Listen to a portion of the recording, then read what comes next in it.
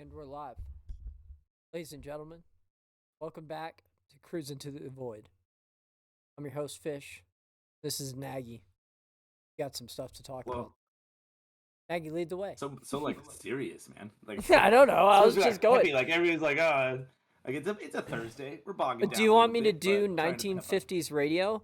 Good afternoon, ladies and gentlemen. Today we've got going on another episode of Cruise into the Void. Nagy and Fish are going to be taking us on quite the dandy adventure. Join us along, buckle up your seats, and grab a beer. There's a smoke out back, and we're going live. You want more of that next time? That was like racetrack style. Like, hey, we're going live here to the track with Fish. We're cruising in like, all right, yeah, sure, 1950s anyway. So today we are talking about the beauty you can find in the monotony of life, because there's so many moments where people can be bogged down or find themselves twiddling their thumbs. And one of my favorite definitions is chilling, the art of doing nothing but not being bored. And this is something we got extremely well versed in all of our menial tasks on cruise ships, and relates constantly to real life, because you're at work, you're on duty, you're chilling waiting for something, but there's nothing that you can do. So you gotta find a task to sit there, especially in like foreign countries where you don't have service, you don't have cell phones, you can't just hop on and doom scroll. Even if you're on duty, you're even on terra firma, you're not supposed to be on your phone sitting behind the desk, stuff like that. So it's those little points where you're doing nothing, but you're still gonna find something to kind of entertain yourself. And so, I think with that, Go ahead. what's been driving you to have this conversation? Why did you want to bring this one up? Because real life with a real job is so difficult. To have avoided this for 5.5 years, and even another plus, 3 at working at iFly, there's so many things going on ships, and like there's constant stuff that when you get to a real job, and like let's say you're working counter at a hotel, and there's no one checking in or out because it's either the middle of the morning, middle of the night, whatever. There's nothing going on, and you got to find stuff to do. And I've realized, walking into hundreds of businesses, seeing hundreds of coworkers, it's so difficult that, I mean, this morning I had a coworker where our computer system was down, so we couldn't get any of our like work orders and things in to go out, drive around, go start fixing all this stuff. So we're just sitting there, and we talk about cleaning some of the cars. Well, the cars are clean. We talk about organizing the office. Well, everybody's kind of doing their own things. Managers are in meetings, so we're all just kind of sitting there. And one of my buddies is just losing it, and he's just getting like super aggro, just standing there. And I was like, "Yo, man, what's going on?" He's like, "This is stupid. We're just sitting around." He's like, "I don't like to sit and milk the clock." And I was like, "Yeah, neither do I. I am not that kind of person. I'm not looking for that excuse to be like, well, sweet, at least I'm getting paid here." Like, no, I'm not kicking back looking. But I was like, dude, we went around, we offered to clean, we offered to set up, we offered to prep. We have done all the things. Let's just hang out and have a conversation and relax. And he's like, "Nah, this is just a waste of time." And I was like, "Dude, take a deep breath." I was like, "What do you want to do right now?" "I want to get to work. I want to do the stuff." And I go, "Me too, but we can't. So we're stuck here." "Yeah, but this is dumb. They should." Yeah, they should. But welcome to the corporate grind of hurry up and wait.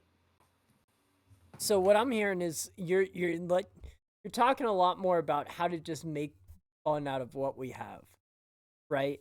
And enjoy the things Of that we're course. doing as Yeah. too. And one of the things that you reminded me of before when we were texting back and forth about this was specifically when we would on doors we would have those scanners, and you had to scan in people's cards, right? When they would come in to make sure they had the reservation for the right show. And sometimes the little go ahead. Well, I was gonna say, just to extrapolate on that. So like with the cruises, you make reservations for the shows, and there are people that don't make reservations, can't make reservations because 60% of the people make the reservation because they think it's what to do, and then don't show up. So other people show up not even knowing they need a reservation, all this stuff.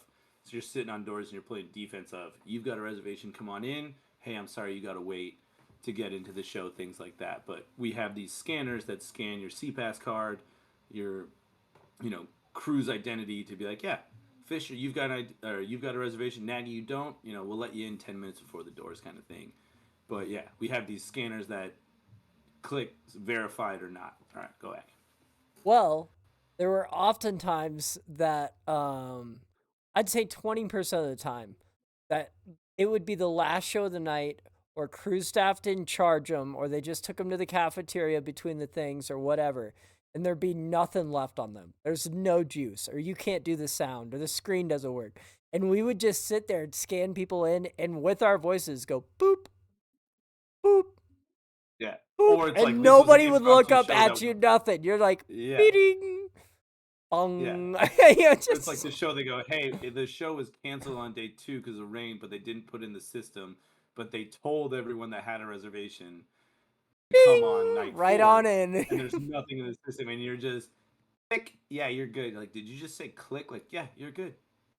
And, but my other favorite one was people scan in, whether they have a pass or not, whether we let them in or not, whatever. They're in the theater.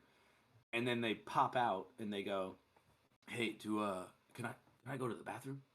Do I need to scan back in? And I go, yo, man, the password is blue cheese.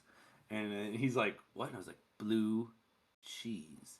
And then he goes to the bathroom and he comes back and I was like, just skip the line, just give me the password, you're good. And then like this guy walks up and he's like, blue cheese? I'm like, you're good, get in. And then the guy behind him goes, blue cheese. And I go, you don't even know what you're talking about, man. And like, so you keep it fun and doing that. And I actually got good enough that I would have like 5 different passwords and be like, no, yours was Barracuda. No, you are blue cheese. Oh, yeah, are you kidding me? This was the game I played all the time. I gave him the same one. So you know how Dad would always come early and save seats for everybody all the time. Course, it was always Dad. And they're like, hey, my family's coming. Can you just like scan us all in? Yeah. I'm saving seats for so and so. And I'm like, okay. Just tell your family to tell me they're with the man. I'll know who. Okay. And I tell every dad that. So at one point, it comes to the point where you've got like somebody standing next to you and they're waiting for their wife or whatever. And you'll have like 3 or 4 groups of people come up and go, hey, I'm with the man. And you're like, oh, you're good. And he's like, what is going on? And the joke is more for him than for everybody else. Like, it is. Oh, man, that type of stuff was so much fun. I loved that because I had the different passwords for like the same scenario. But like, Dad would walk up and be like, yeah, this is the Barracuda family. And then someone else would walk up and I'd go, this is the short giraffe family. Like, and you're like, yep, everybody's good. Get on in. Like, did you ever do the hand signal? I always did hand signals too. No, because I like the interaction. I wanted to talk to him. Oh, I taught him like fun hand signals. Like, you've got to check your watch while you're... Oh, that's awesome. Oh, okay. See, no, I did that because it also forced them. Again, it was I've talked about this with other people, but I call it implied authority, where, again, they're asking if they can even go to the bathroom because the bathrooms are outside of the theater. They're not far away. They're probably like 10 feet from the door. They're the immediate doors outside, which is smart on just design plan, but people want to get out and do stuff, but the implied authority of like I'm already in do I need a stamp to get back in or something like that? And I'm like, no, here's your password. But that implied authority that they would leave, but then they had to come check back in with me because let's say they check out with me and then they go back in and they go, oh, my CPass card's with my wife sitting down because she's ordering drinks. So Wow. that's why I would do the verbal password. So I never thought Wow. about the hand signals. Yeah, see that's another cool, like, just another little level of, you're making it more entertaining for you to be doing something that, like, and while all this is going on, yeah, a bunch of people have reservations, but you're getting tons of people that do not have reservations that are angry and upset that they don't have a reservation because they got canceled. The ship was too rocky. It canceled the show. They thought they were getting bumped to the next one. They were told this. They were told that, and they're probably just lying out of their teeth. This is saying like, where you're gonna get grumpy with me, because I just let okay. everybody in. I never stopped anybody. I let them all in. Depending on the venue and the show. So, like, the first couple nights, those ones are packed because everybody's going. But then there's, like, when you're in the theater that could hold 1,200 people, that thing rarely filled up. So, yeah, you let them in. But, like, if you're in the Aqua Theater and it's the first couple nights, like, you can't mess around like that. And because you will get someone that's like, I have a reservation, now I don't have a seat. Well, I let a group of 20 in because I gave them a funny password. Like, no, I didn't mess around with that until it was. I didn't do it because of funny password. I just let them in. No, yeah. I mean, if it was, I did it until I knew it wouldn't bite me in the ass. Like, if it was half empty and it was 15 minutes before the show, and people are like, I don't have a reservation, I go, the password is yellowfin spinefish. Get in there. And they would just be like, oh my God, thank you so much. I'm like, yeah, dude. Like, and then by the time the show starts, it filled up to like 2/3. And like the cruise staff are like, okay, now we'll let in standby. That's where I'm on your page of like, dude, I've been letting in anyone because I knew that, like, especially late ports where the show's starting 30 minutes after all aboard and it's empty and they're like, make sure you check reservations. You're like, yeah, for sure, because 50 to 70% of the people that come back late and hammered from an island are not making it to the show. So anyone's like, we came back early, we just wanted to get in the standby line. I'm like, dude, go sit down. You're fine. Like, you know, if anybody asks the passwords, blah, blah, blah, and you're in. And I had to use blah, blah, blah for a password. I let them all in. And the reason why is because whenever anybody sat there and argued with me, they're like, man, I had 3 seats and there's no seats left. And I would point around the room and I'm like, there's 1 seat there, there's 1 seat there, and there's 1 seat there. Unfortunately, you guys can't sit together. And then they storm off. Yeah. You can't, like, they're never going to argue. You can't figure it out. Right, yeah. Right? Because if I could just point out 3 seats, you can't lose. You can't win. Right. You know? You can't prove that until now that I let in every motherfucker on the planet just so that I didn't have to deal with anybody arguing with me. Because the argument of there are no seats left happened less than the argument of I booked this show. I know I was on this one. So somebody must have changed it. You guys did that argument happened all the time. Whereas the person that came to the point where it was like, I booked this show and there's no seats left. I'm like, dude, it's 3 minutes till the show starts. I can't help you. Those are 3 seats. You're in or you're out, bud. There's 8 of you and you're showing up as the show's starting. Oh, that was an easy argument to have. It's not going to be together. Yeah. Go ahead and find a spot. But, well, we had reservations. Like, yeah. And so did they. The cruisers. 10 minutes before the show, standby line is let in. So if you have this is not a movie theater where you can show up and be like, oh, we're going to miss the previews. Like, no. 10 minutes before the show, they open it. And you have a group stroll in with fresh drinks. Oh, we have a reservation for 15. Like, well, good luck. The show's starting now, and the lights have gone down. So wait till, the lights pop up and you see some empty shadows. That's where you're sitting. Well, we want to sit together. Well, the next show is in a day or 2 days or whatever. Like, but that shows in itself of just, get to the show early, sit down, order a drink, get some pizza, whatever, sit down and relax. If you want a great seat, get there early. This is back to 90s style. Get in and get a show. Not now where you're like, I reserved seat 3B and you're in my seat. Like, nope, it is an open venue. Godspeed to you, gentlemen. All right. So this was the ultimate, like, dad moment for these. It was a Super Bowl Sunday. I couldn't tell you who. Because because I don't really watch football. So I was like, oh, I'll take doors. And Steve was downstairs watching the show. And so I called Steve. I was like, hey, I need you to give me updates because what I was doing was I was working the VIP section and there were a bunch of people that showed up early and wanted to know what that damn score was constantly while their Oh, like wives were out before doing the whatever, Broadway having shows, dinner or not like something. Yeah. the game's not on. This is like a show. No. The game was on, but they were showing up Oh. early to get seats for a show. And so they're Oh, leaving. okay. No, so They're sorry. leaving the You're Super doing Bowl in like the doors fourth for quarter a to go show. get their seats for Yeah. cats. Yeah, and I'm. Oh, okay. And so Steve is like calling me with updates, and I'm like, okay, got it. All right, guys, the Falcons are up by 3. Yeah. Sorry, never mind. It was called off. We're running it back. Yeah. And I did that for like 15, 20 minutes. It was hilarious. Yeah. These guys were like Yeah. looking at me just. Yeah, it's great. Like, yo, any updates? Any updates? Any updates? Like, guys, it's a commercial break. I got nothing for you. That was one of my favorite ones. And then I think one of my favorite doors moment ever is, did I ever tell you about diamond doors on the Navigator? Yeah. Okay. So We'll explain did you diamond ever doors work as well. diamond doors? Oh, yeah. Okay, so diamond doors for the peoples at home is a exclusive club on Royal Caribbean, and basically all you have to do is stand outside there and welcome people for an hour and check their club pass. That's it. You're making people feel special. The Diamond Club is Oh a yeah. membership program where if you cruise a certain amount of times, like I think the first one is 21 days, you're gold.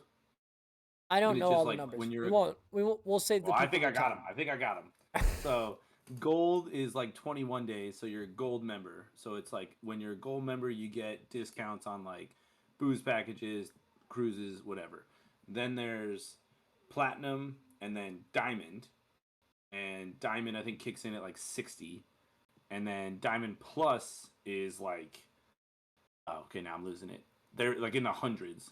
And then yeah, but either way, so when you're a Diamond member, you can go into what's called the Diamond Lounge, which is like a happy hour where you can go into a bar.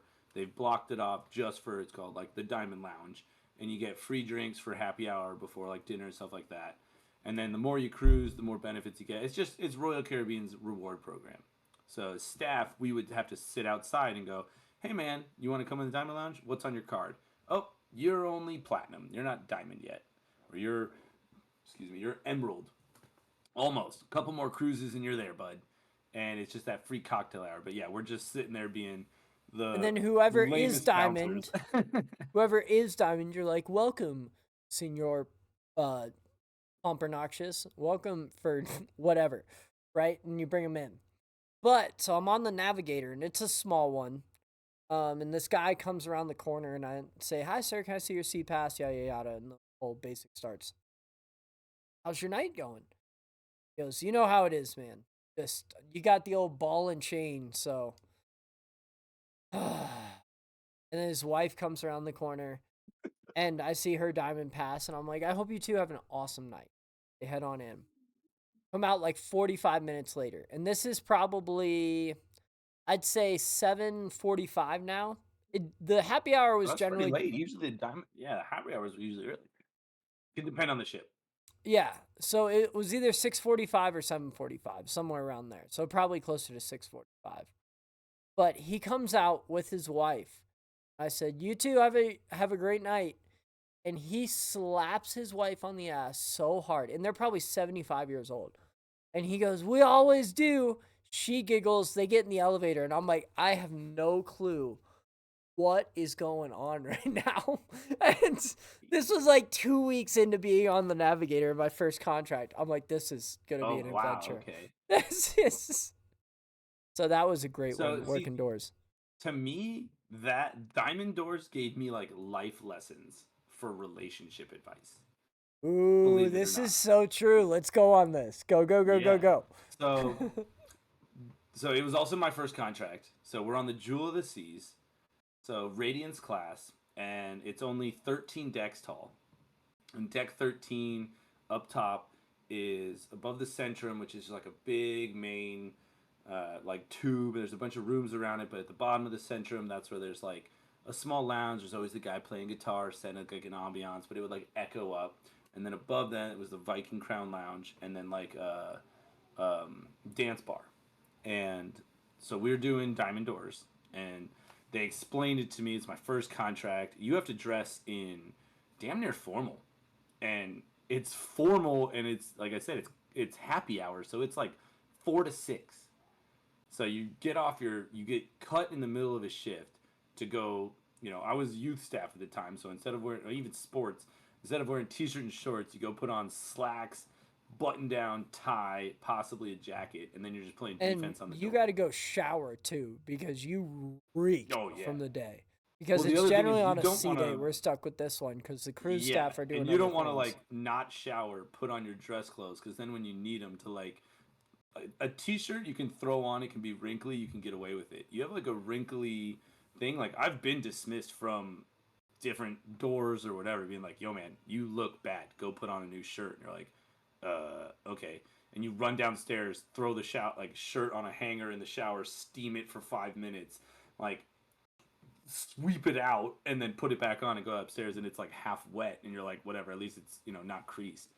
But you're sitting there on doors, and the Diamond Lounge, and like you said, like, but I had people that were serious about like, oh yeah, it's the old ball and chain, and then they're sitting there and they're getting cocktails, and they're sitting at a table, not even facing each other, like facing like askew, staring at like the wall or the window, and they sit there and they get their reload, and the bartender's just like, it's free drink, so like, here's your wine, here's your beer. I don't even think they had spirits for them for like certain I think diamond they ones. did, but it was limited. Like it was like a well Yeah, tequila, well vodka, maybe a right, like rum not or great something, and drinks. that's it. And so we watched so many of these couples just sit there for like 2 hours and not even talk to each other. And I was like, Jera, I never want to be in that point of a relationship. Like, I completely understand that, like, hey, we can be comfortable around each other and just have a respectful silence. Like that is a powerful thing in itself. If you can sit with someone and just be there with them, that is a very powerful thing. But half the time when you're on a cruise ship, it's like, yo man, you're on vacation. Like, smile. You should be happy about this. And they're just sitting there, just like, what's the next thing we have to do? And I'm like, anything. Like, sir, do you have a balcony? Yeah. Why would you not do this there? Because we have to pay for drinks there. Like, okay, so you're here for some free booze, respect. But and then you'd see these other But then you couples say, that, bro, go put it in a cup. I'm not stopping you. Like, I'm oh not, yeah, like, well, like, again, so again, this that relates perfectly to the implied authority of like, oh, you can't. I didn't think we could leave with them, and I'm like, bro, it's a cruise ship. There's like, you're allowed to drink everywhere. Like, okay, you look, knock it out. you could go, you see, you're getting a free drink right there. That bar right there, across the way from us, you can go buy a drink at and carry it in here. Why would you not be able to carry one out? Why would Right? Yeah. you, like, So people are like, no, I just gotta do that. But so we saw like kind of the dark side of just sitting there you doing see nothing. But then you any of saw the beauty of like, you'd see the couples bust out a deck of cards, or they'd bust out some dice, or they'd bust out a game, or they're just interacting. And I was like, that is a beautiful thing of, you guys are sitting here, you're having cocktails together, like, Ricky Sixed out, you gotta date your wife. Like, just they're up there, they're having a good time. Like, they're just, when you see the ones that are there for the free booze and then going out back again, you're like, yeah, like, that's one, like, you're only Emerald, but you guys have great energy. Get in there. I don't even care. Like, I would let more people into Diamond Doors than I would to like show doors, because it's like, you guys are gonna go in there and enjoy each other's company. You're not just up here for some free booze or things like that. But yeah, yeah, Diamond and Doors was like a great lesson for relationships to me, where I was like, if I ever find the point where Jared and I are just sitting there, like, I'm ready to slap myself in the face and go, okay, nope, like, that's enough stuff. Like, we've had like powerful silences, But what else can we do to kind of make a powerful impact on each other and just enjoy that? Like, because if you talk to those guys, you go, "Hey man, how was your cruise?" Like, it was good. Had some drinks, relaxed, just chill. Or, oh yeah, dude, we hit up the Diamond Lounge. Jared and I got to play a bunch of card games, stuff like that. Like, get some time in, just some personal time. We just got to hang out without a kid or any of the things. We're not getting harassed by bingo, all that stuff. Just got to relax, have some cocktails, and chat like we used to. Like, that's where you invite. Like, that's the story you want to hear about a vacation, not the, yeah, we did you guys hit up the Diamond Lounge? Like, yeah, we hit it up like every night, but you know, nothing. Like, bro, live, live some life. Yeah, I don't know. I think I'm hearing more. I don't know. So to that story, I did hear one time when somebody was negative on Ship. Hi, Jara. So sad. And it was probably one of the funniest things I had ever heard. We were on the North Star, right? And we were out coming out of Southampton, so we could only go straight up and down. We couldn't go out into to the sides, right? Um, Okay. so we could only go straight up and down, and it was on day one. What do And you mean straight everybody's up and packed down? in. What? What do you mean straight up and down? So you know how sometimes on the North Star it goes out and around Oh, the the side of the North boat. Star. Sorry, I was like elevators, Yeah, like the no, ship no, the North cruising. Star. So Like, we're only going straight up and down. We're yeah, not going on the side of the boat. yeah, All no. right, yeah, So yeah, yeah. it only goes outside when you're like out at sea. Yeah, okay, I fair, got you. I fair. got you. Yeah, yeah. No. I was like, Okay. what? So this guy's in there and he's on his cell phone chatting the whole time to whoever. And it's clearly somebody that's on the ship because you can hear him like saying, him like looking around and saying, "Are you near this? Are you near that?" You know, like you can kind of pick apart the He's conversation trying to from a like distance. echolocate someone. Yeah. And we're coming down and everybody's like, "Man, that was the coolest thing ever. This was, oh, that was awesome." You know how when you're coming down on the North Star, everybody's got like, they're nothing but awestruck. And this Well, guy that's when comes they down. release the breath because it's going up and it's like an elevator and people are like, "Can we talk? Should we do anything?" Like, "Hey, Chris, like, look how cool that look. Oh my god, look over." And you're like, "Hey guys, just so you know, you're allowed to have conversations." I would say that constantly, like, it doesn't have to be this awkwardly quiet. Like, guys, you're allowed to talk, and then people would start. Then you get the murmur going. But yeah, Yeah, but also towards the end, everybody's talking about what they saw and everything like that. And so once you get to the bottom of it, um, everybody's about to load out, and all you hear from this guy is, "No, no, no, I'm in the North Star." "Yeah, Grandma." "Nah, it's kind of dumb. You don't need to do it." And I fell over because all these people literally walked right out afterwards, and they were like, "What?" I was like, "This guy's a hero." This guy's yeah. not because it was perfect. Oh man, Just no enjoyment of going 300 feet in the air, looking down at the cruise ship, and like the magnificence of being on a cruise ship at sea. Just like, yeah, it's like a lame elevator. You're like, bro, like, do you need a Marvel movie playing on the screen instead? it Like, you can was, watch the TV telling you about stuff. Yeah, but it was gold, man. The timing of it was way too perfect. Um, but yeah, I so think go ahead. the beauty. Well, I was gonna say the beauty that I found was always on gangway because the gangway shift is when your shift is to go down there for usually like a 3 hour block and we're docked somewhere. Go on. I'd say an hour and a half Yeah. to 3 hours, not 3 hours all the time. I'd say an hour I and a mean, half it to could three depend on the hours. ship. It's always ship needs, but like 3 hours is your most. Like that's your maximum, Yeah, but I would not say especially three when it's like hours is that middle. common. Because when you saw All right, three let's go hours, with. dude, you're putting apples and shit in your bag. Like Oh yeah, you're you're you're packing. loading up. If You I are see like, anything sub like 2 hours or less, I'm just like, all right, let's bring the water bottle. yeah, Let's. that's easy. But like when you get the long shift, like, all right. But so gangways when the ship's docked and you're just helping people get off. Like, hey guys, make sure you have your CPass card, like any kind of photo ID. Like, you don't need your passport. You just like you're going out to an island, and soon we're gonna talk about prepping to get offshore. But for now, just back to the shift style of you're getting off the ship. We're just standing there. We're greeting you coming down, letting you know, like, hey, like, I just have my swim trunks and nothing. Like, well, man, you need your CPass card. You need some stuff. now you're What do ready to you go. mean? And or yeah, or people coming back like, oh yeah, we just went out for a morning tour. We're coming back. You're coming back on the ship. But there's some of those times where you're just standing there for those hours and there's nobody there. And there's escalators that come down. And my favorite thing was to when the it's still the morning shift, so the escalator's going down because everybody's leaving the ship, going out of the ship.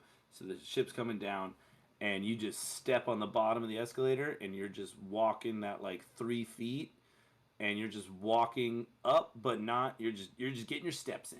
You're Mm-hmm. just doing the thing, and like you're not doing anything. You're grapevining. You're kind of doing like grapevines. You're turning backwards. You're doing long, slow steps. You're pretending to walk on the moon, because otherwise you're just standing there, and you can only chat to security so much. But security has to stay at their posts because they're scanning people in and out, and they're standing at the X-rays. And even when there's no one there, they are not allowed to leave that specific location. So you can walk over and chat with them. But I think I even got told by security, being like, "Hey man, you can't stand over here." You're like, "Okay, cool." Like Well, the the other amount thing of they times I was like, "Can you just send me through the X-ray? Like, what do I look like?" And they're like, "No, we can't do that." I'm like, "Yeah, I kind of don't want cancer, so I respect that." well, the other thing is like you don't realize how much of a safety hazard that escalator is until you see somebody fall inside that tiny little corridor in there, and you're like, "Oh Oh man, shit," you know. like And then you, even walking on it, I felt my shoe get like caught, and like you go from 40 beats a minute to 240 beats, and you're like, "Oh my god, did I just almost lose my leg?" and And you're sitting there, and I think the other thing I would do is I always brought my hacky sack to gangway, and I am not good at hacky sack, but it became a thing where we would throw it up and down. But if it was a bad throw, it would just land on the escalator, and then you just awkwardly sit there for like 20 seconds as it's just like coming down the escalator, or it's going up the escalator. You're like, yeah, just grab it before it gets like ground up, because I don't know the next place that even sells hacky sacks in the Caribbean. um, but yeah, all it takes is one screaming mom, and Yeah. it's a whole different game, right? Of one kid's shoelace, and you're like, okay, I'll press the button. We'll stop it. We're good. We're good. Everybody relax. We'll just walk it up. Oh, Never had but that one. on Never had that one. The one never I had, had I'll that. never forget. And the one I'll never forget was escalators going down. Dad sprints up. And I go, yo, man, you can't do that. Just ride it. You should have just ridden it down and come back up. Like, come on. The guy's like, it's whatever, man. Like, I was like, come on, dude. If you get injured, I get in trouble. Like, you could have just. And then his son, who's like a 17-year-old, and part of me really respects him for stepping in. And the other part of me is like, I really wish I could have punched this kid in the face. Because he goes, hey, man, he's already up here. You told him off. Leave him alone. All right? There's nothing else. And he just starts chewing me out. And I'm just sitting there like, okay, you're right. Thank you. I've been here 2+ hours. Please just go to Sorrento's. He's like, yeah, but you shouldn't have. Okay, man, you're the best. Please just leave me alone. I'm not gonna win this. I told him off. Yeah, and looking back, I'm like, dude, I was too aggressive on the dad, like, because I would do this exact same thing. If I was in a better mood, I'd be like, oh, you made it. Oh, you made it. But it was just one of those things where even I was worn down. And this kid just chewed into me and just like broke my heart. And that is just like that is seared into the cortex of never leaving, of this kid defending his dad but chewing me out. And that's where it's like, oh man, like, bro, you're not wrong. I kind of am, but both of us are just kind of assholes in this phase. And I'm like, man. I had a lady one time. It was an older lady walking up the up escalator, so she was walking up in the same direction, and she Okay. slipped and was old and just couldn't grab herself and had a cut down her face like that long from Oof. the things. Oh, dude, that was bad. I was at the bottom of the stairs for that one. Whew. So I've seen the rough sides of the escalator, so I've seen both sides. But I also used to learn Disney, so I'm with you. I used to try to jump in there. I and respect the, that. We would bring, like, again, when you, like you said, when you get the long shift, I'd pack my speaker and I'd play my music. And I, again, another one seared in the brain was a guy walks by and he's like, "Is is that Andre Nicotina?" I was like, "Yeah, man, way to go!" And he's like, "Yeah, I heard that, and I know that the cruise ship's not playing that." I was like, "Yeah, that's my personal speaker. Don't tell nobody." Like, that's our secret. but like that was the duty side. I'm trying to think, like, because to get those other great ones are when you're working. To me, my favorite was zipline, middle of the day, no one's there, and I've told you I wish I had a picture of this because the landing of zipline overhangs Oasis class ships, 9 decks above the boardwalk, and I got in trouble because I would always sit on the edge with my feet dangling over because you had a perfect view of the aqua theater and you could just watch them practicing, or I would just look out the back of the ship, just kind of checking out the island. But it's you're sitting there, and I would just let it dangle. And I remember I think I almost got a safety violation. But like I'm hooked up to all the straps, I've got all my safety gear on, and I'm just sitting there dangling my feet, and like that's just such a moment of peace, where you're just listening to the ambiance of the world, just dangling out, and you're just looking down. And you go, "That's a really far drop." Like just enjoying a beautiful view and no one's coming down the zip line. And even if they are, you're like, okay, somebody just got in line. I've got about a minute of them getting harnessed up, getting ready to get launched, and then they can come to me. And you're just sitting there like, "Hey, Nagy, we're ready." And I'm just sitting there. I go, "Yeah, man, send him whenever. Like, I'll get up." I on the zip line though, if you were on harnessing, I loved harnessing races. That was one of my favorites. Who could harness people the fastest? I was Oh, so we had numerous. So we started oh, betting I was drinks. lickety But split, baby. did you ever involve the guests? With my So harnessing, yeah, what do you like mean? for the races. Yeah, all So the we would time. have it. Yeah, so we would go, "Guys, it's a race. Okay, you got the harnesses laid down. You go, I'm gonna race Chris right here. Just we're betting drinks on this." And they would laugh. It gets I'd them always involved. start And from again, on it's their that. shoulders. Yeah. Well, again, it's that. So we would do that, but I go, "All right, you put the harness down," and we would say you start with them both standing. So the harness has two leg loops, and you'd lay it out behind them, and it almost puts on like a backpack. So we go, "Okay, both of you get in the leg loops, and we're gonna say go." And then you'd say, "Okay, go." And then like it's just me and him just racing each other, going, "Okay, just pick up the back straps," and you're picking up the legs, and yeah, like you said, you're racing them. But you get the guests involved, and you do it as fast as you can, and you're doing it, and you're like, "No, no, move your hands, no, no, I got it." Ah, Chris won. All right, now score is 1-0, and Oh, then you're I would right. never get them Yeah, involved. I would tell them, I'd put it on their shoulders and I'd get it on and I'd say, all right, just stand there with your arms out like this. I'd ready, go. Bam. I think the fastest I ever got was like 4.88 seconds. Like I could run, in the time it could take professional athletes to run a 40, I could fully harness somebody on. nice. See, I, we got him involved because it was the "Can you help me or are you a hindrance?" And then we get to the point of like, "All right, I'm gonna suit you up as fast as possible. Just sit here with your hands like this, like elbows cocked. I'm gonna do all the work," and then you do it. But to me, it's like you get them involved because then they're a little bit more amped on what they're doing and things like that. But again, oh, it's I just those thought, small I would think things they would that you're always just enjoy trying to watch. relate. Go, yeah. Anyway, Oh, so that was it. I I'm would sorry. think they would always enjoy watching us do it fast, man. Like, holy shit. Because you're Yeah, on harness two or 3,000 for the month. yeah.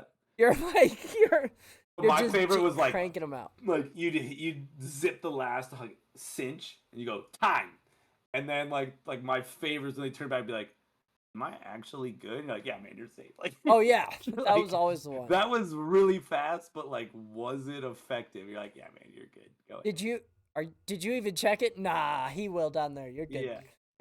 You're Well, good. see, that was the other thing is so we would. It was I can only picture my buddy Louis because we would do this. Louis, if you're out there, love you, bud. But we would then switch and check. And like, "Oh, you got a twist in the belt loop plus 5 seconds. I win this round." Like, "Oh man, I knew it. I told you not to put your hand down there, Jim. What are you doing?" And the guy's like, I'm sorry, I didn't even know. You're like, yeah, it's okay. Like, and you fix it. You're like, all right, get out of here, you crazy kids. The I think. All right, go ahead. the other one that I Because I was gonna really change gears. really loved was on launching.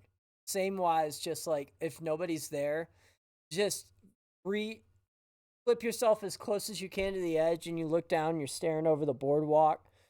And it's just calming watching people come out of Starbucks or go on the carousel or whatever, or have dinner, and you're Yeah. just like, and you're whatever, 12 Just stories at above, peace. 180 Just at feet peace. above Again, the. you're just enjoying a view. We don't have any kind of stimulus. You're just sitting there taking it all in. Mm-hmm. Now, some of the dumbest things also came from the monotony of sitting around. So, prime example would be Lime Phone, where we had nothing but time, enjoying some beverages, and we invented what became an extremely elaborate drinking game. I think the dumbest one I ever invented was cordially named Rolling for Slaps. So this is well after the dice have been established of settling arguments. And I don't know if we delved too much into the dice. Um, we definitely talked about it one. Too long. I was gonna say too long of a pause. I'm gonna touch on it again because I don't even remember. So to me, and this is to this day, 8 years, 9 years later, Jared and I still settle many arguments with dice, especially with the baby of, oh, baby just pooped. Let's roll a die to see who has to change it. And it takes away every bit of, I think one of the biggest detriments of relationships is scorekeeping. So, well, I took out the trash. Why don't you do the dishes? I just fed the dog and walked the dog. Why don't you do the laundry? Yep. When you keep score like that, it is poison to relationship because now you're doing more work, less work. You're keeping score on your relationship, which is no, it's a compromise of all things. And when you have a die, it eliminates that. And a six-sided die, like a normal dice that you have in Monopoly, things like that, doesn't cut it. When you go out and you get some of the dice that have way more sides, so one of the main ones from Dungeons and Dragons is a 20-sided die, so it goes from number 1 to 20. It's the perfect thing, and you can go and get some big ones like the size of a golf ball, and they are so much fun because you're not rolling for 1 through 6 because both of us getting a 6, 1 in 6 chance. When you're rolling a d20 or even more, like so we have d30s now, so dice with 30 sides. There's 1 through 30 options. You roll it, the chances of you getting the same number are pathetically like obscure. And you roll that die to say like, Chris, all right, we got to take out the trash. Who's doing it? You roll the die. It takes all competition out of it. Well, I did it last time. Like, yeah, not my fault. Roll for it and get better. Well, the other thing that we did too that I really liked about the D20 was we also did odds, right? Like I could pick a different number as well too. So if we wanted it to be 50-50, you would take 1 through 10 and I would take 20. But if it was Of something course. like, all right, bro, I mean, I'll do it, but like odds are slim, and you're like, you know what? All right, fine. On an 18 up, you're like, you know what I mean? I get Yeah. a 10% chance. All right, fuck it. Let's go for Yeah. it. Like, all right, Chris, you got to harness up this guest. All right, but if I roll higher than a 15, you harness up the next three. Deal. Like, boom. Does that. So, anyway, rolling for slaps. So, I went out and I got 5 dice because we were playing Risk a lot. But once we opened up the board games, people stole the dice because they would go back and they would play craps and stuff like that. They would steal the dice from the game. So, I went out and I bought 5 dice on land and I carried with them everywhere with me so that we could settle all these arguments with it. And a lot of times it was, all right, there's 6 of us, we'll roll the d6s. Whoever rolls highest or ties, you roll again, whatever.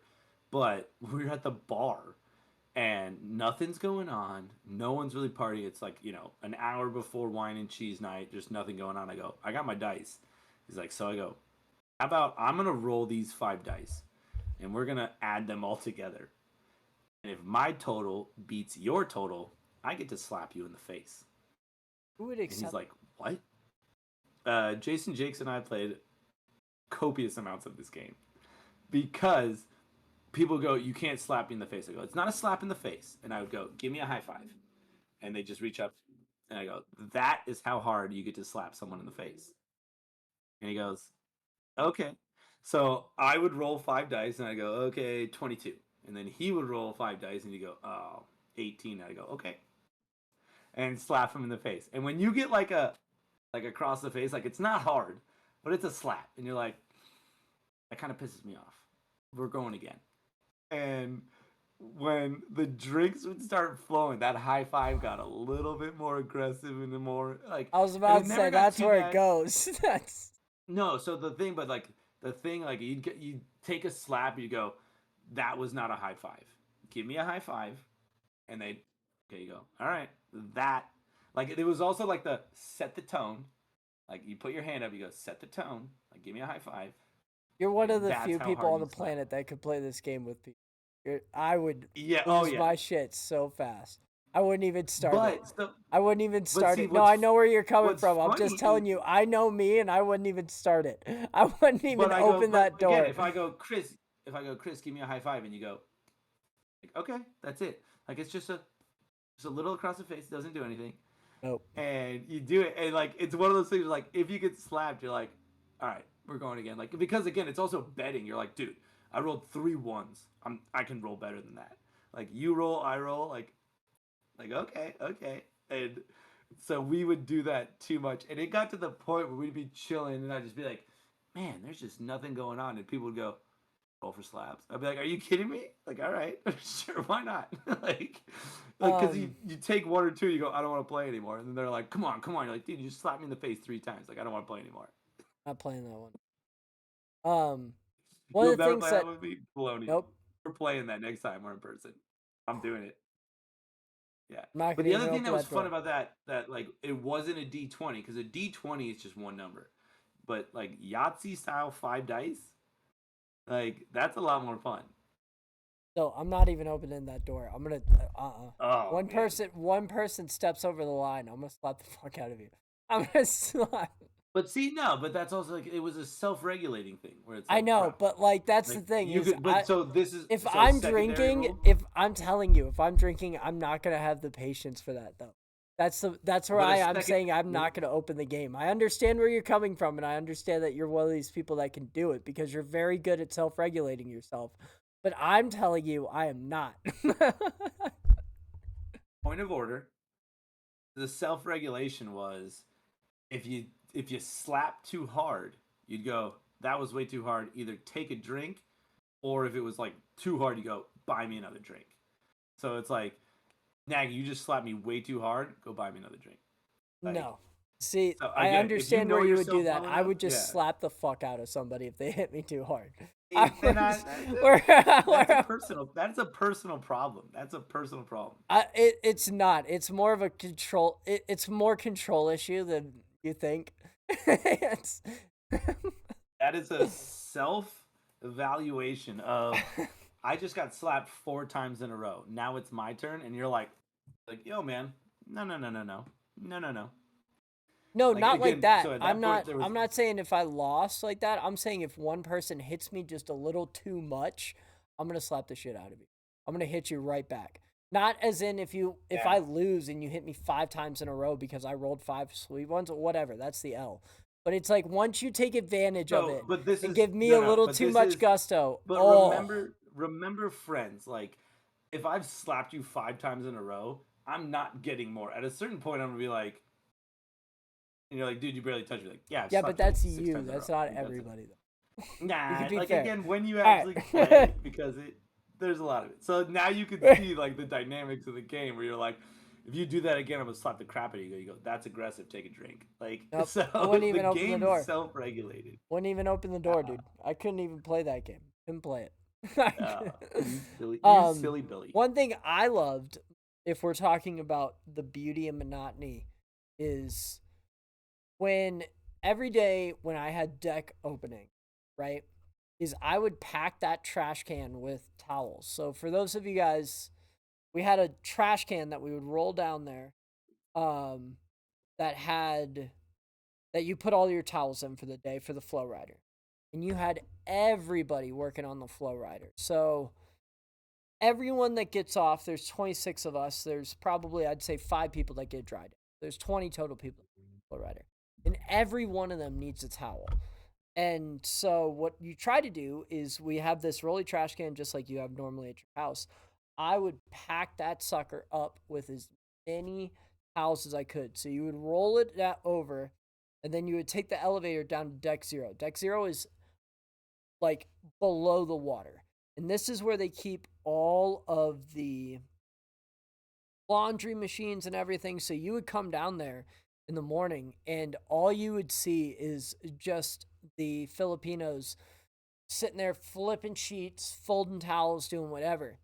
And I would go back to the unfolded pile and fold them up as neat and nice as possible, and try to tuck as many towels as I possibly could in this thing, and just jammed it tight. And then once I finally got it to the point where it was full, I would go back into the elevator. Then you would take the elevator up, and the first thing you would always hit is on deck 2. You would get some chef that's rolling something up, and then he's putting something in there. So now he comes in, and then you go up the next deck, and then it's like 3 more Jamaican chefs. Now they're yelling at the first chef because he's not moving enough out of the way. Bumba clots are being thrown around everywhere. You have to climb up onto your trash can, and you're just kind of like huddled up like this. And then everybody eventually leaves the elevator as you're working your way up. You climb back down, you roll your way over, and you make sure that all your friends are happy because you have enough towels for the day off. See, that's a lot of work. I never did that. I always befriended the towel station people on deck, on pool deck, because you roll over there. They were. And you go, hey man, I've got, like, I need a bunch of towels. Hand me all the unfolded ones. And they'd throw a bunch of them in your trash bin, and you'd wheel it across. And then you would sit there, and I'd sit there, and I'd fold them all and make a nice big stack for everybody in the flowrider. But if they threw all the ones that were unfolded in there, you couldn't get as many towels in there folded. So by going downstairs and But that's folding going myself, down to deck 0. I know, I will but take, I got double the amount of towels. That's what I'm saying. Everybody 80. had 2, 3 towels. There's nothing worse. You can't admit this. There's nothing worse than getting off the flow rider at 8 o'clock at night after a lesson. No more clean towels, and you have to get a cold towel out of your wetsuit and use that. Oh, dude, you have to admit that sucks. You hating water so much. Like, I would use 1 towel, and like I would look at other people and be like, did you just use 3 towels? Like, how? Like 1 towel around your waist, 1 towel around your chest, and then when those are kind of damp, using the 3rd, 4th one to tie you off. I was like, what are you doing? Because I was looking at it's like getting naked, toweling myself off with 1 and being like, I'm good. But I would also roll to things damp, and that's why I was about to say medical would just like see me walking in and be like, now you need more like athlete's foot cream. Like, yep, you got it, bring it to me. And they would just know, like, but the people that used all the towels, so like I would get them and be like, all right, there's 2 people per wave, that's 8 people a day, 16 towels, you get 30. If they burn through that, you're like, dude, come on. But when I would fill up the bin, I'd come back and be like, there's enough towels for 2 days here. I would even say, guys, there's more than enough towels. And if you run out, like, that's definitely on you. Like, who did towels? Like, I did. And it got to the point where they'd be like, all right, Nagy got towels. Like, we know there was enough. You're fine. Versus the guys that would, like, carry an armful back. And you're like, bro, that is barely enough for, like... Bro, I would pack that trash barely enough for a day. tight. I would pipe that trash can tight. I'd fold them up to the brim, then I'd fold them and stuff them around the sides. Oh, man. I loaded it up for the day. And, I don't know. I just enjoyed not being wet all the time about everything. Where are you going? What are you running off to? Sorry, this one's a timeout. My computer's about to die. This guy. My computer's about to die. What kind of run is that? We're at 54 minutes. We're doing good. Hell yeah. Also, Let's talk about this though. The music on the wave too. Because that was one thing that I was very proud of whenever I was in charge of music, because I tried to stay on top of making sure the playlists were changed up and doing different things. There were some dudes that got on that wave and played the same playlist for 6 months straight, and you wanted to punch somebody every time. So, ugh. Or if Sorry, we were stuck to the you might royal have to do a little community, critique, and I apologize for that one. that's you're gonna be doing critiquing. Sorry? You said you're gonna critique. What? No, I said you might have to do some editing on that one because, like, dude, I was that like doesn't matter. I talked through it. No, but yeah. So for the playlist, yeah, I had a wave list, and there was like tons of EDM, tons of sing along songs. Like people would get up and you can go and vibe. Like that was a whole thing. They've taken that away, so there's no more personal music anymore. It's BGM background music. You get on there, and half the time on the flowrider you can't even hear it. And I'm like, well, the flowrider is stupid loud, but on Oasis class, Nav, all those things, the flowrider was almost like its own little music venue. So when you would play your music, it was like you're playing music and you're projecting it to like the whole back of the ship. Now the ships are getting so mixed, especially with the Oasis class with only one wave and a playground on the other side. They're not bumping tons of music because there's so many other venues around that it like, on like the Wonder and Icon, the flowrider's up at one spot, and then there's like a chill lounge down here. So you can't bump crazy music. If anything, there's like no music because they don't want to hear a bunch of like EDM while they're chilling at like the like far away bar. So I asked them, like, I was like, yo, if we come up and ride at night, can I put on my music? And the guy goes, yo, man, they've taken away the transmitter.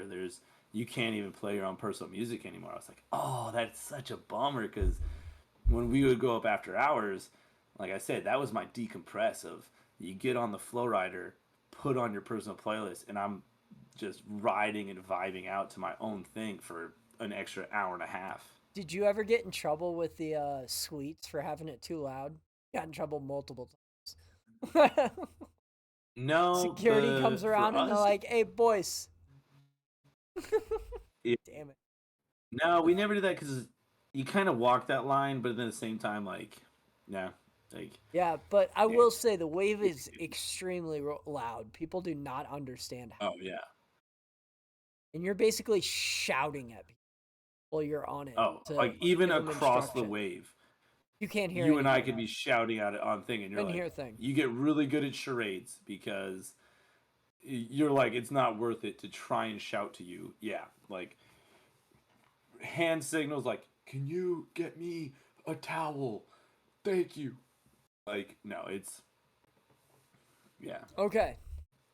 Beauty and monotony. Did you ever learn how to take women's tops off on the floor? Jesus. You never learned? You That never learned how to that is do this? not beauty. Oh my No, god. okay, you taught me how to do this, but that is not beauty in the Nani. That is That is beauty in the totally beauty of the chaos. monotony. That That is is beauty in the totally chaos. because you figure out how to make it through that And line, buddy. I would never purposefully do it. I know exactly the story you're talking about for me, and it was never actually on purpose. I knew how to make people fall, but it was to me that was like a level of creep of like, oh, chick in a skinny bikini, let's make a top fall off. Like, no. I would always let like the gods choose if they wanted those to come out or not, but that was never on purpose. I would make people, usually it was guys, eat it because they were taking too long or they thought they were hot stuff. But one, again, to me that's creepy. Two, there's nothing about the monotony of that. That was the chaos. Like that's where Bro, it's you going on. learned no. The We just talked monotony about is you gangway load. and chilling. You learn how There's to no load. way that relates to You it. learn how to load 500 to 1,000 people. You don't learn that in the first like 100 reps. You got to get that a while down the way. There's a special pull to that backside where you get a little Not nudge. anymore. They turn Not forward. anymore. No, not anymore. Back in the day, they turn and they fall flat face first. And then 8 out of 10 times, they would pop up.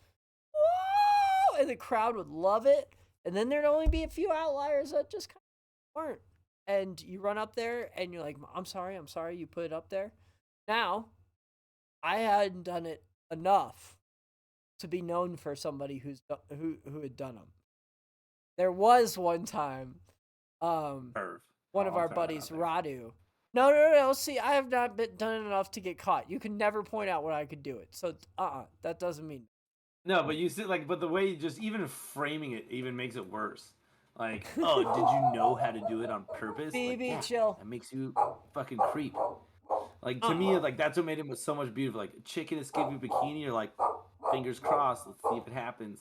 Ah, it didn't. Or, oh, it did. But not like the, oh, yeah, I'm going to make it happen because I'm a creepy person. No, that to me is that's borderline creep. Bro, it's about especially because on weight, yeah.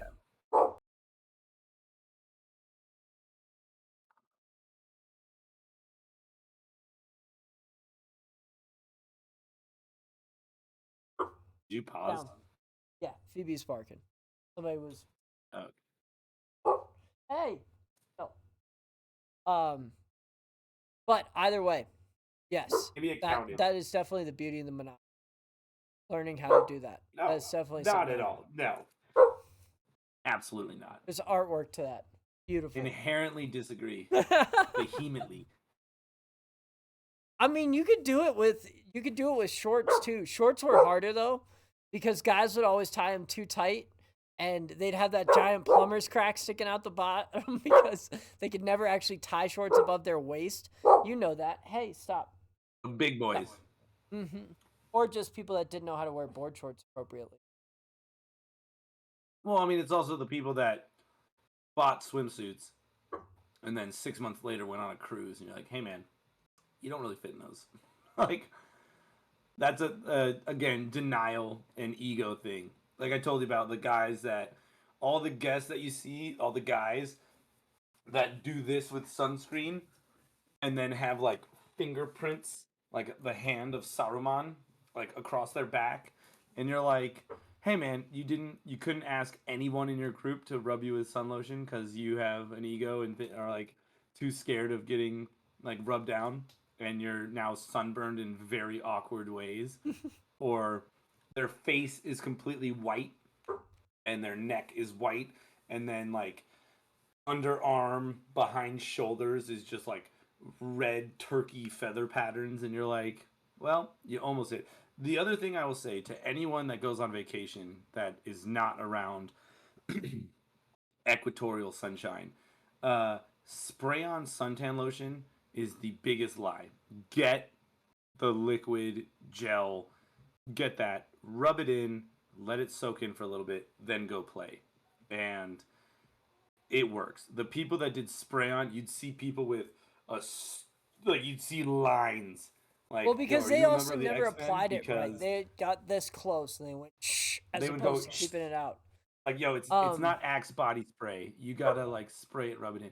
Don't buy any kind of aerosol. Get the lotion, invest, make the effort, and go on a cruise with friends close enough that you can go, hey fish, can you please get my back? And yeah, it's a partial back massage, but then you're not gonna walk away like, I've got enough melanin, I'm not really worried about it. When I go cruising with Jarrah, I make sure I rub her down. When I go cruising with some of my other buddies, or when I go on vacation, like, yeah, get sunscreen. Yeah, I'm gonna make sure I rub it all in for you, because I've seen the guys with egos. It's like, yo, stop giving me a massage. Like, all right, well, you're gonna be sunburned, and then you don't even want to be in the sun, and I'm still gonna be playing. Well, okay. I kind of want to tie this back to people's clothes, because I was.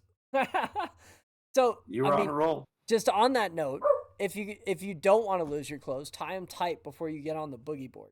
That is where people notoriously lose shorts, because your hips are hanging on the wall. And that has nothing to do with anybody making clothes. That's on you. That's on. Well, the other thing is that it's like, don't go do the flowrider or the slides in a bikini that's super loose and revealing. Like, yo, it looks great in pictures, but that is not functional at all. The flowrider is a 35-mile-an-hour jet stream. Like, it's a waterfall, constant. So if you're So like, oh yeah, I'm doing this in a skirt, like, yeah, that skirt's gonna be gone. Like, your shorts are gonna be gone. The so guys that, like you said, the board shorts on boogie board. Like, when you're boogie boarding, I would say if your balls are hurting, you're doing it right because you need to be dragging in the water. But if your shorts aren't tight, they're getting ripped off. one morning I was sitting there and I had my Monster inside my coffee cup because we're not allowed to have Monster or Red Bull or anything out there. So I had that on there. I didn't And know this that. bigger, Really? heavy set gentleman, it's on the boogie board, completely loses his shorts. I mean, gone, ass out, and they're hanging by his ankles and just filling up with water. That's the other thing is once your clothes lose, they become a parachute for water. So once they're off and loose, they're gone. There's no coming back. And he gets up and I help him up, I cover him up, he pulls his pants up. And later that night, I go down to the comedy club and Simeon had let me in and I was sitting in the back and that guy was one of the comedians and he was making jokes about how many pants I was losing it. And then halfway through the show and he goes, "Oh shit, it was that guy." And he looks at me and I was dying, dude. I fell over. That was probably one of the funnier things and he was genuinely shocked to see me there too. He was like, "Oh shit." Oh my god, they let you out in other places? Yeah, like that's the Well, other no, thing is, more of just like guys, I was telling this story about how this guy like barely helped me get my pants up because obviously it's a, and he's sitting right there. There you go. Congratulations, everybody. yeah. Which I did not expect to see him here. So that Do was you remember great. his name? Oh, I couldn't remember him. I couldn't even Because pick we him out in got the close crowd. It with was a one light comedian skin. named It was a Gabriel. light skin, bigger, heavy set guy. Okay. Well, Gabriel, if you're out there, man, he was one that he would hang out with us a lot, and we got to see him on a couple of things, and we've run into him a couple of times, and even like comedy venues. We're like, holy crap, like, dude, guy from the ships, yeah. But the other thing, the other advice I would get is if you lose your shorts and things like that, you are not gonna discreetly get them back on. It does not happen. Take the L, stand up, pull your shorts completely off. Now you're fully naked. Fix them, put them back on. Because there's nothing worse than you sitting there fighting with your top if you're a girl or your bottoms if you're a boy, trying to figure out, like, dude, cover up, run, like, cover up, like, cup the jewels, cup your, you know, boobs, whatever. Cup them, get a towel, cover up, get out. But you sitting there fighting, trying to get your bikini fixed, you're flashing way more of your stuff than if you're just like, yeah, I lost him. Like, cover up, pass them back, cover it, walk buck naked to the bathroom, fix them. Like, I that's always my hit him with advice. the Is boogie board body shield. so that's the thing. Yeah, you always hit him with the boogie board. My favorite thing is you run up with the boogie board and then you point. You go, look, whales, and people laugh. It kind of just helps the person be less awkward. That was also something that was a learned trait of.